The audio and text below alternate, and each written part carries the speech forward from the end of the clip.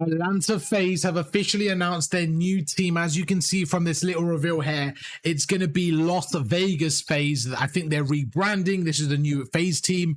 It's going to be really cool to see, man. As you can see, Simp and Draza returning, as well as the new additions of Abuza and 04. That's going to be the team right now, and that's going to be their new thing. It's going to be Vegas themed. I think this team is very, very exciting.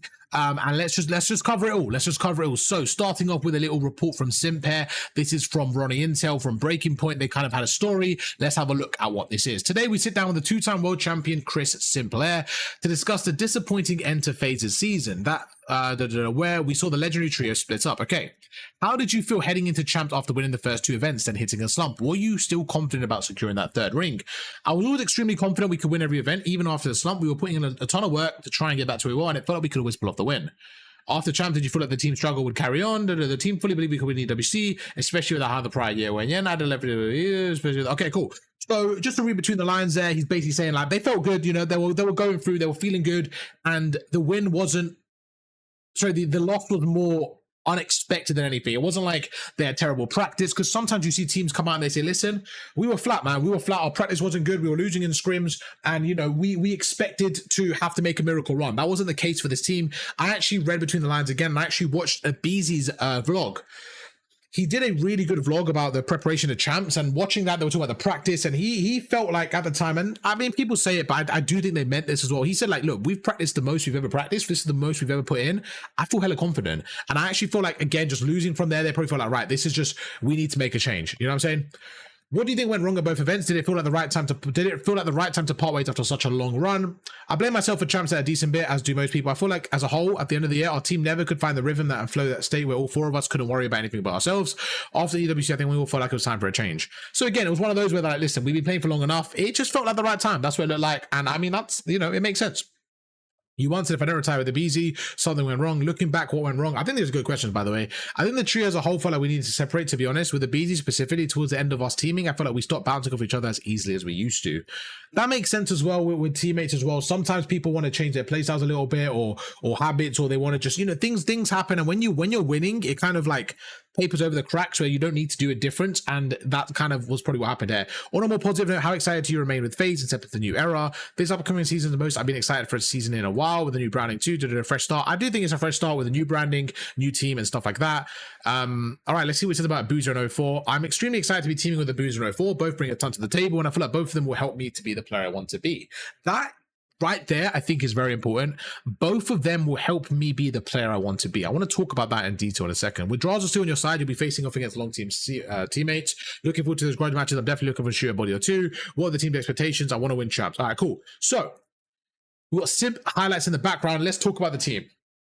I think this team is set up around Simp. I think now we have basically given Simp the keys, and we're like, listen. What do you need to be that guy? Who do you want to win with and work around? Like, what do we need? I think this team in Search and Destroy will be phenomenal, will be absolutely fantastic. If we're being completely real, if these teams reach their potential, I do think this team will be the best search team in the game. You have a Boozer, great search player. Bro, Draza right now, if I go on Twitch right now, he's literally playing Chows in the offseason. That's all he's doing. He is one of the best search players we have in the league. 04, he came up in the search scene, phenomenal, and Simp has always been a good search player. So I think they're going to be a very, very good search team. I think they will also be a very, very ratty and good control team. I think they're going to be a phenomenal 2, 3, and 5 team. And they also have that hardpoint in them. I do think hardpoint may be the game mode they struggle in the most out of all 3 game modes. I don't think it's going to be like they can't win a hardpoint. I'm not saying that. I think they're still going to be great. But I think where they may lose to the Thieves or the Optics, I think it will be the hardpoint. So where I look at it, it really comes down to the hardpoint for me if this team wants to be the best in the game. I have to pause the video down a phone call. But yeah, what I was saying is like, I just feel like this team will be really, really good at search, really good at control. It's just the hardpoint for me. I don't think they have the firepower of Thieves or Optic right now. I still think they're going to be a top 4, top 5 team, like guaranteed. I think they're top 3. The other 2 gamers, I think they're going to be like a top 3 team.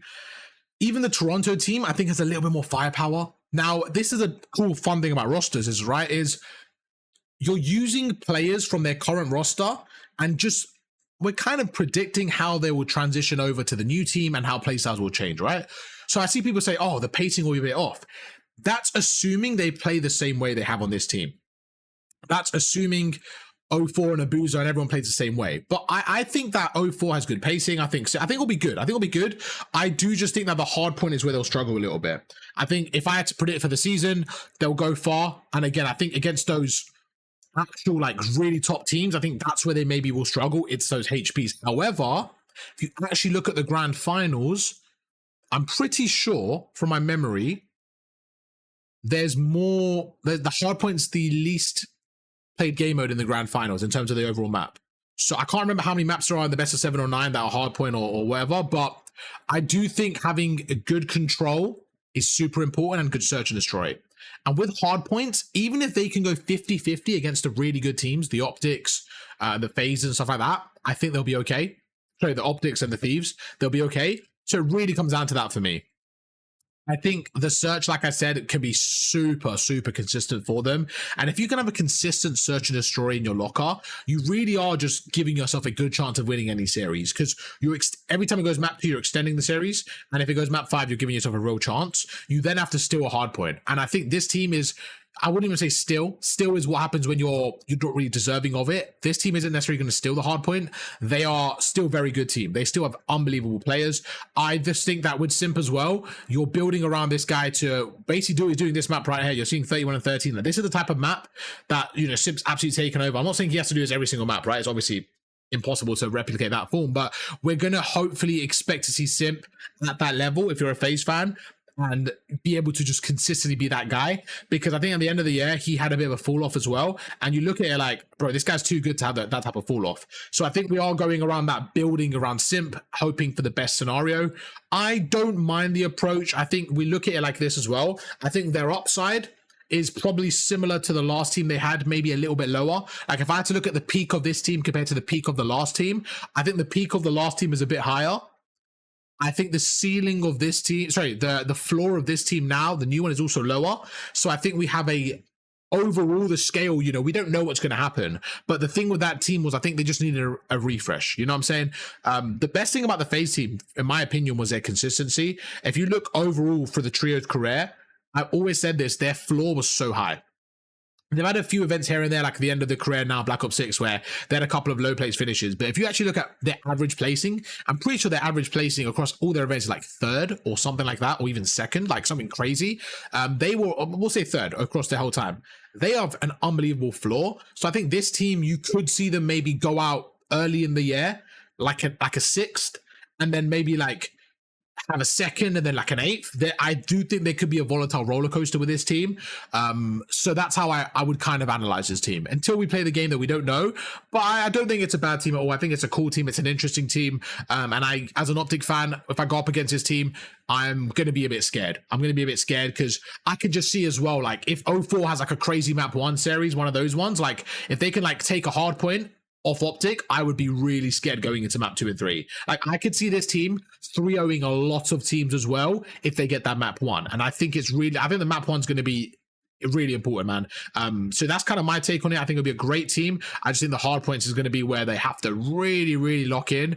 And yeah, with other teams like Thieves and stuff and Optic, like I can see them being a bit more consistent in the hard point and then just overall being a better team. Again, I think they have a higher ceiling and stuff, but teams don't always play to their ceiling, so we got to see how the teams play and stuff, and I think it'll be cool for them. But yeah, let me know what you guys think about this new FaZe team. Are you impressed with it? Do you guys have your doubts? Let me know. I would love to see in the comments, and I'll catch you guys for another video tomorrow. Peace.